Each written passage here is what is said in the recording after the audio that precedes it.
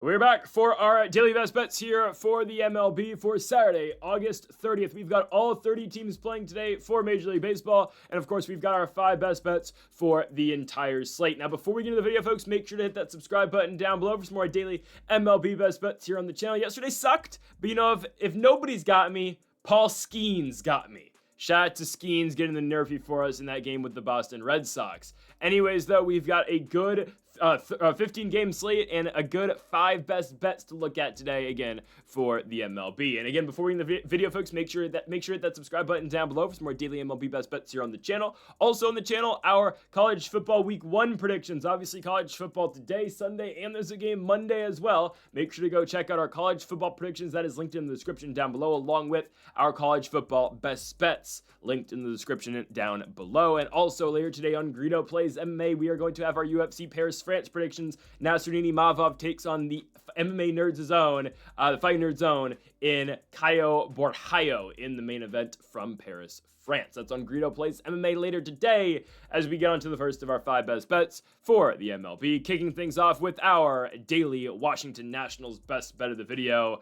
I'm going with the Tampa Bay Rays over 4.5 runs on the team total over for the second consecutive day. I know the Nats actually held the Rays to 4 runs yesterday. Mitchell Parker turned in one of his best outings of the season. He goes 6 innings, 6 hits, and 3 runs given up. Mitch goes out there and actually gets 7 strikeouts as well. The Nationals fought fairly well, I thought, against Adrian Hauser. Only scored 1 run, and I'll get into their troubling statistic, at least with runners in scoring position.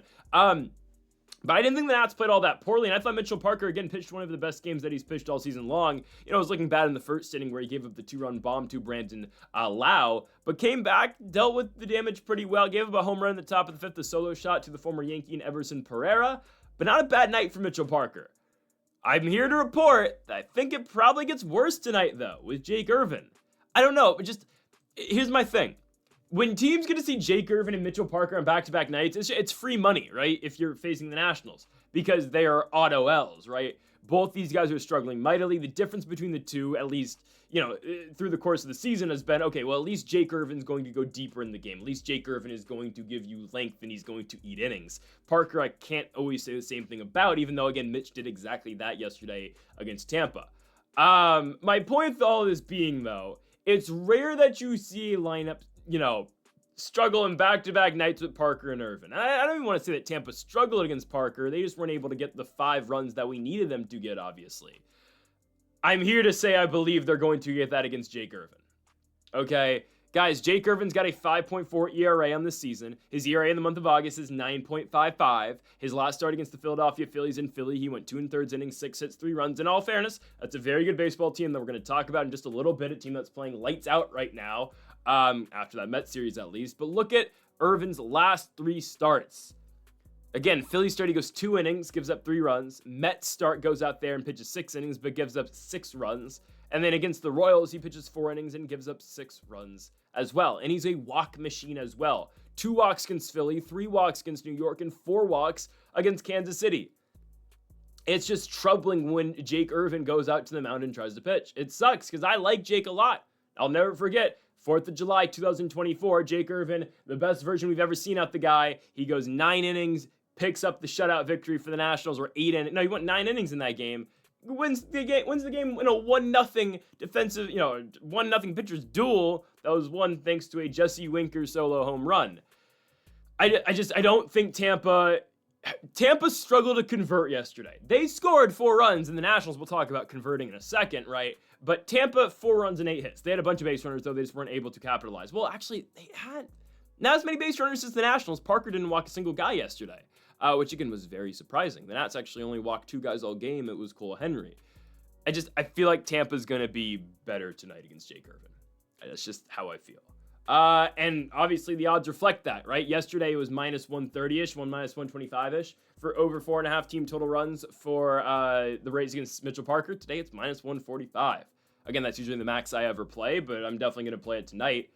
I don't trust in Jake Irvin at all. And while we're at it, the Washington Nationals yesterday, the reason why we are not even getting close to Nationals money line today, and maybe we'll think about it tomorrow, maybe, with Brad Lord versus Ian Seymour, we'll think about it, probably not. The reason I'm not even considering it is because yesterday, the Washington Nationals go 0 for 12 with runners in scoring position. So if you were to tell me, going into yesterday's game, the Friday night showdown between the Rays and the Nationals, that CJ Abrams would go 3 for 5 and Dylan Cruz would go 3 for 4. Combined, they would have 6 hits, the two of them, and those 6 hits would be only half of the team's total hits for the Nationals yesterday. If you were to tell me that stat, I'd have been like, all right, great, we definitely won the game. Well, no. Abrams goes 3 for 5, Cruz goes 3 for 4. The team still loses 4-1. They out-hit Tampa 12-8. But again, it's a lack of situational awareness. It's a lack of situational hitting. This team, again, goes 0 for 12 with runners in scoring position. I can't take it anymore. Multiple bases loaded opportunities. A big one with, again, CJ, who went 3 for 5. Abrams strikes out with the bases loaded. Absolutely brutal. The only Nationals run scored all game long was in the bottom of the first, where Luis Garcia hit a sacrifice fly that scored James Wood. What happened prior to that? Well, Josh Bell grounded out. Luis Garcia again hits the sacrifice fly, and then I believe it was Radams, right? Radams flew out to center field. So again, they could never convert runners in scoring position. And again, Mitchell Parker actually gave us a decent showing. We just couldn't, we couldn't back it at all. 12 hits and you score 1 run, it's atrocious. It's an absolute travesty. And even in the 9th inning, right? Game's over. Nationals are down by 3 runs, sure. They still find a way. Josh Bell gets on. Brady House doubles, all with 2 outs. And then obviously Radams strikes out to end the game. Maybe we need to give CJ Stubbs a chance and his 140 batting average in AAA. No, I'm joking. I still respect our captain, Riley Adams. Oh my goodness. 28 games under 500. Let's try not to make it 29 today. Give me Tampa Bay Rays team total over, though, of 4.5 runs. On to our second best bet of the video. Let's go to our best player prop. Sticking in the National League East. Actually, we're going to have 3 bets today out of the National League and National League East, and it's our first 3 games of the day. And we're actually going to get to talk about every single NL East team today. I did not mean to do that, but here we are. Anyways, the next game we're doing is going to be Braves Phillies, but for now, I'm going to take Edward Cabrera over strikeouts today in Queens at Citi Field, minus 115 for over 5.5 strikeouts. I get it, the Mets yesterday put it on the fish, right? The Marlins stood no chance yesterday in Queens, New York, as it was a 19-9 victory for the New York Metropolitans. They got a great night in the Major League debut out of Jonah Tong.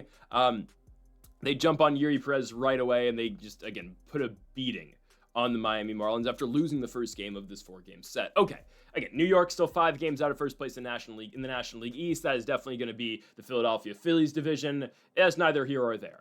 I think Edward Cabrera is going to come through. I think Cabrera is going to dominate tonight on the mound. Even in games in which Cabrera doesn't have good nights. In the month so far of August, Edward Cabrera has gone over 5.5 strikeouts in each of these 5 starts. He's dominated. I'll go through every single start in the month of August so far for the righty out of the Dominican Republic.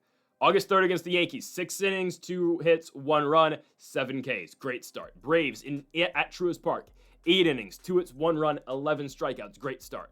Then goes to Cleveland. Struggles. 5 1/3 innings, 7 hits, 5 runs, 3 walks, still gets 6 strikeouts. Okay, he covers. He clears. Next start against the Cardinals, 4 1/3 innings, gives up 11 hits, walks a guy, 6 runs, still 6 strikeouts, 99 pitches. Last start against the Braves, locked back in. Cabrera, 7 innings, 1 hit, 0 runs, 10 strikeouts. Even in bad starts out of Edward Cabrera, he will find a way to get 6 strikeouts, which makes me so, confident in this bet here.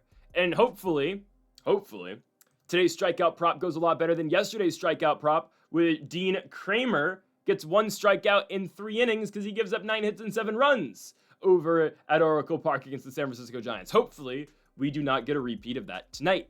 But I don't believe we're going to, because I think there is so much regression to be had with the New York Metropolitans right now. It was a great offensive night. They scored 12 runs in the first 2 innings off of Yuri Perez and the Marlins. Hell, Yuri Perez doesn't even get out of the first inning. He gets 2 outs, and after he got those 2 outs, he gives up 5 runs. It's brutal, right? So, they bring up, who was it? They bring in Tyler Zuber to pitch, the former Metropolitan. He gives up 7 runs while getting 3 outs, right? Again, the game was lost. Obviously, Miami ends up scoring 9. The Marlins ultimately actually had 15 hits, but 19 runs and 18 hits were too much, obviously, to push the Marlins to victory. That's okay. There's some regression that needs to be had here. It's that simple. Mets yesterday, again, each team is afforded 27 outs. Mets only used 24 of those, obviously. They strike out 5 times. Okay, right? So obviously, Edward Cabrera himself is going to need to, reach more strikeouts today than his entire team yesterday, including Yuri Perez and that bullpen got. That's fine. There's so many strikeout candidates with the Mets. There really are. It's just, they looked great yesterday. They did, right? They jump on Perez right away, right? Juan Soto hits a home run, then Brandon Nimmo, after Alonso gets on, Vientos gets on, Brandon Nimmo cranks a 3-run shot. It's 5-0. Pete Alonso hits the 2-run shot to make it 7-0 in the bottom of the 7th, and all of a sudden you're looking at a 12-0 score, and it's still the second inning. I get that. For as good as Yuri Perez is, Edward Cabrera throughout the course of the season, actually, I don't know if he's been better than Yuri Perez. At times he has. Perez throws hard coming off an injury. Cabrera's probably been more consistent. Yes, Edward Cabrera's been really good, and I highly doubt Edward Cabrera just gets blown up, especially too, the Mets, they scored 19 runs and have 18 hits yesterday. What are the odds they do that in back-to-back days? Very low. Let's just call it how it is. It's low that they do that in back-to-back nights. So I would expect Edward Cabrera to see a lot of success, and there's so many strikeout potential guys in this Mets lineup. I'm looking at Juan Soto. Great player, but again, Juan's actually only batting .250. He went in yard yesterday, but, that's a guy who's going to strike out. Pete Alonso will strike out, especially against a righty like Cabrera. You get a guy like Starling Marte, struck out yesterday, can strike out again. Brett Beatty will strike out. Tyrone Taylor, if he's in the lineup, will strike out.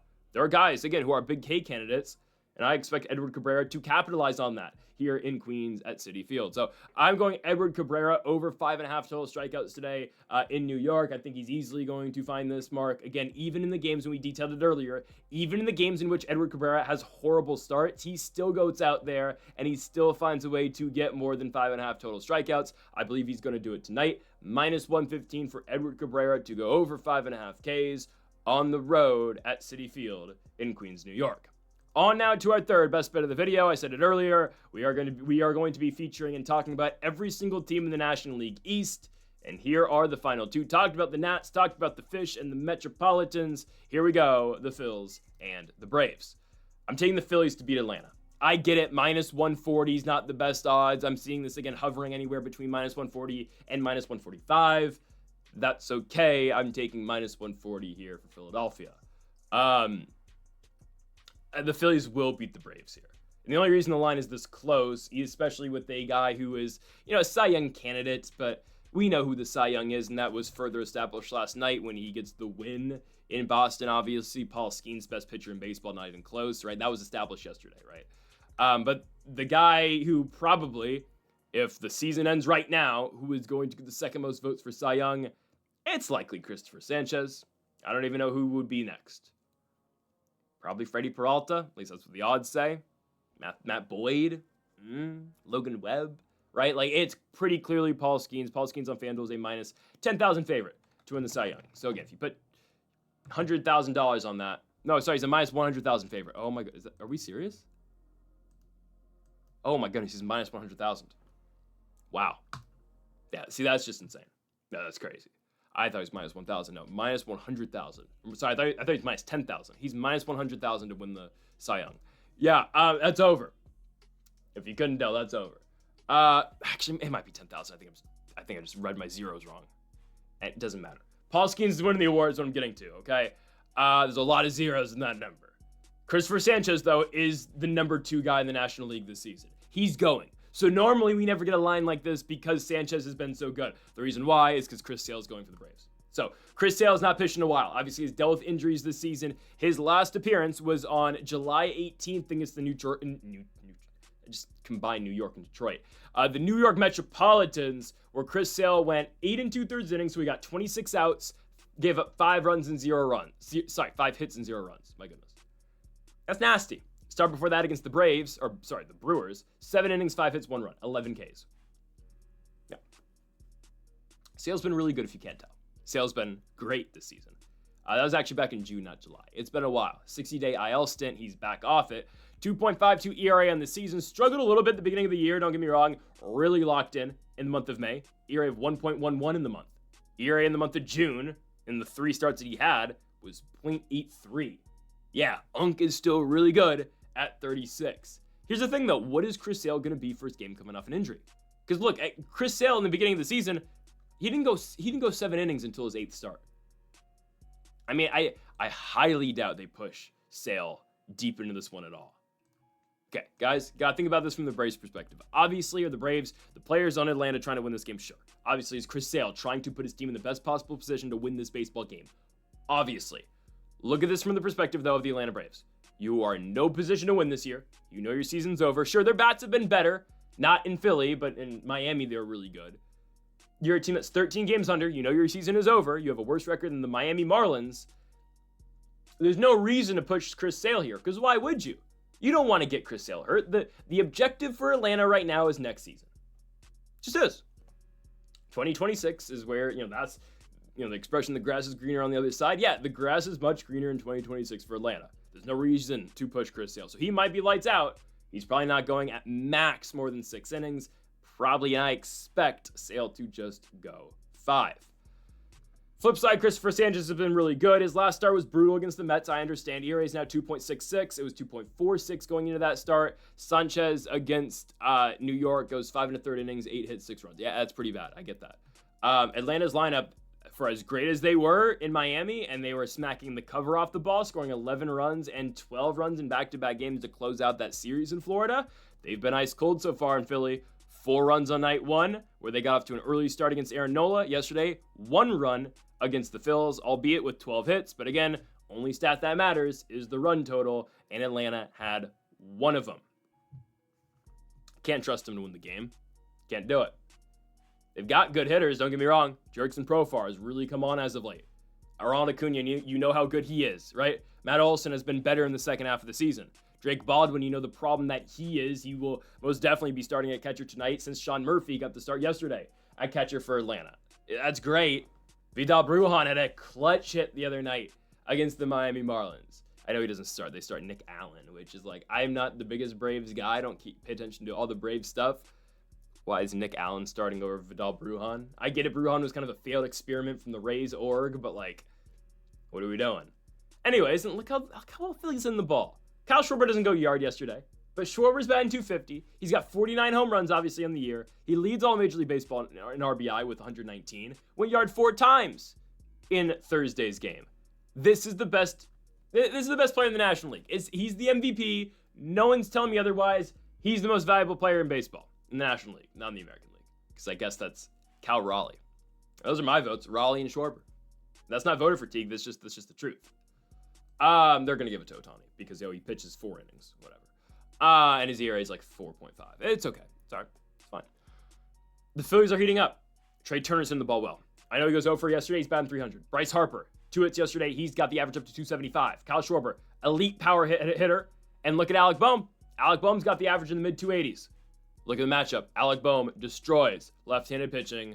Again, Sale's good, but at least we get the matchups here at Philly. Lefty, not concerned about Schwarber and Harper. They'll come through. We get the matchup with Alec Bohm. We get the matchup with Nick Castellanos, who hits lefties way better than he does righties. And also, hey, Harrison Bader probably gets to play the outfield instead of a Brandon Marsh or a Max Kepler. And Harrison Bader's been really good as a Philly. He's batting .313 so far since moving over to the city of brotherly love. I like Philly a lot here. The only reason the line is this close is because Chris Sale is pitching today. That's fine. I don't expect Sale to be that great. I'm going to be taking the Philadelphia Phillies to beat the Atlanta Braves. -140 on the money line. Give me Philly to win the game at home at the bank. Sanchez should pitch fairly fine against this Atlanta lineup that's been struggling so far, at least, to put runs on the board in Philadelphia.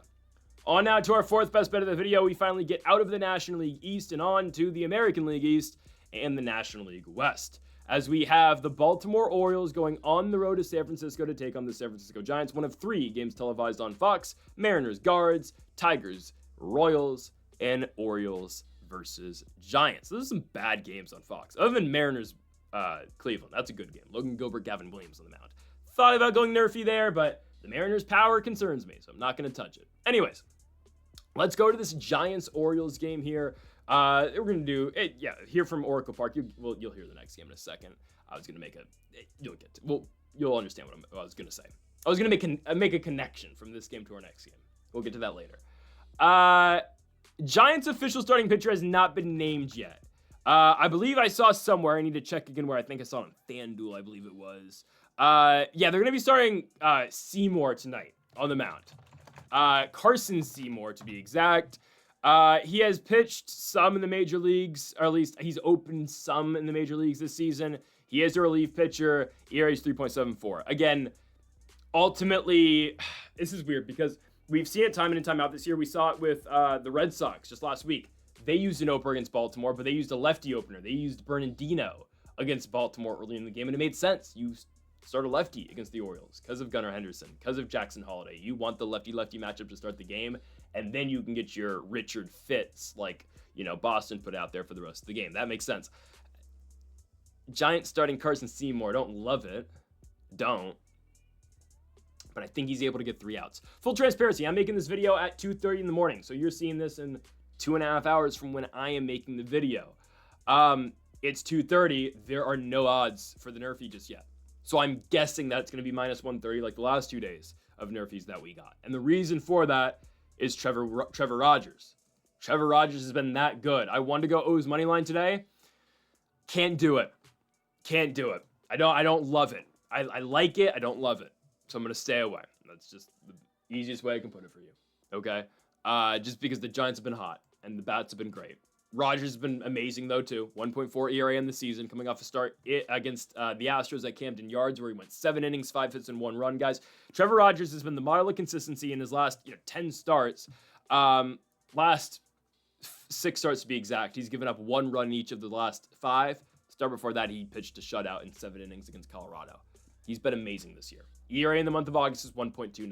He will usually give up 1 run a start.